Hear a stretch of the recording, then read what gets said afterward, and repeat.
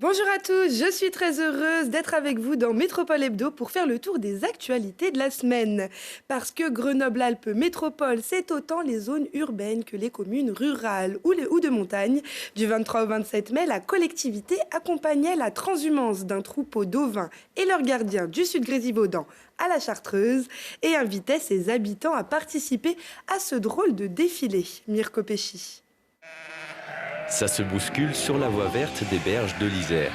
La raison, 300 brebis et 200 agneaux partent pour la transhumance estivale.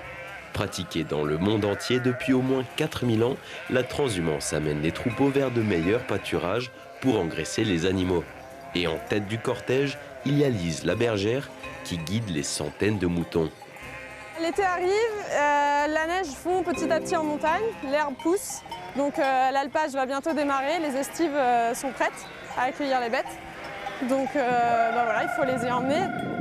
On est parti de Tulin où on a pâturé dans les noyers pendant 1 mois et 10 jours.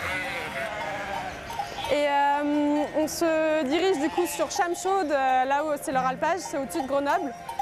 C'est juste au-dessus du col de Porte. Du coup là on est en train de traverser l'autoroute avec le troupeau. Mais comme on travaille avec elles au quotidien toute l'année, elles ont confiance et tu vois, elles suivent sans souci. Les 50 km sont répartis sur 5 jours d'étape. Le premier jour relie Vouré à Veurey-Voroise, ensuite direction Sassenage, Saint-Martin-le-Vinou, Sarcenat et enfin le col de Porte pour un repos mérité. Toutes les étapes sont ouvertes au public et chacun peut avancer au rythme du troupeau en compagnie des bergers.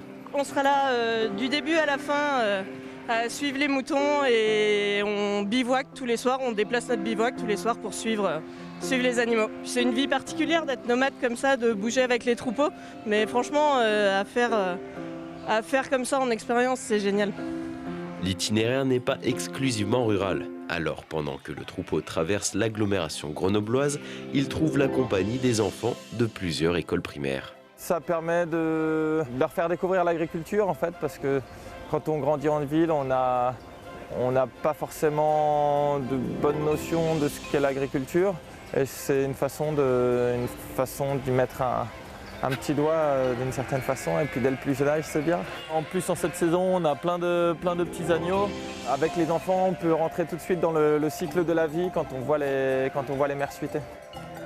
Une fois arrivés en Chartreuse, les brebis et les agneaux profiteront de l'herbe verte des alpages pendant 5 mois.